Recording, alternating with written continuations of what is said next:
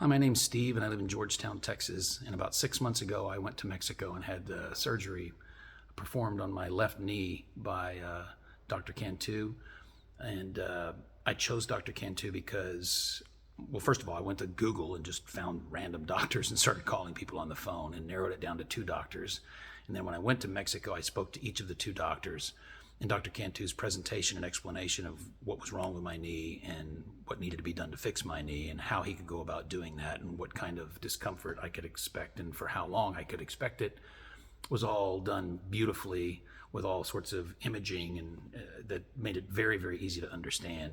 So it was clear to me that he was a very thorough individual based on the presentation that he gave.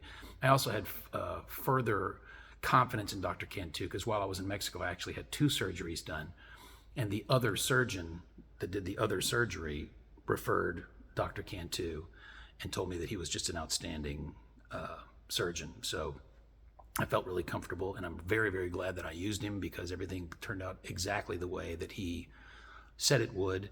Like I said, the surgery was 6 months ago, and I'm back to playing basketball. I play basketball a lot, which is probably why I had knee problems in the first place.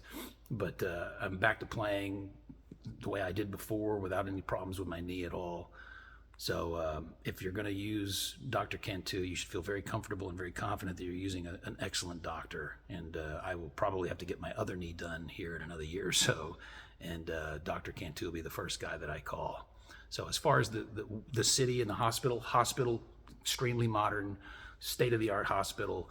If you stay in Angelopolis, which is where the hospital is, that part of the city is just, I mean, very modern, beautiful part of the city with, you know, all the amenities of, it's very nice. It's very, very nice.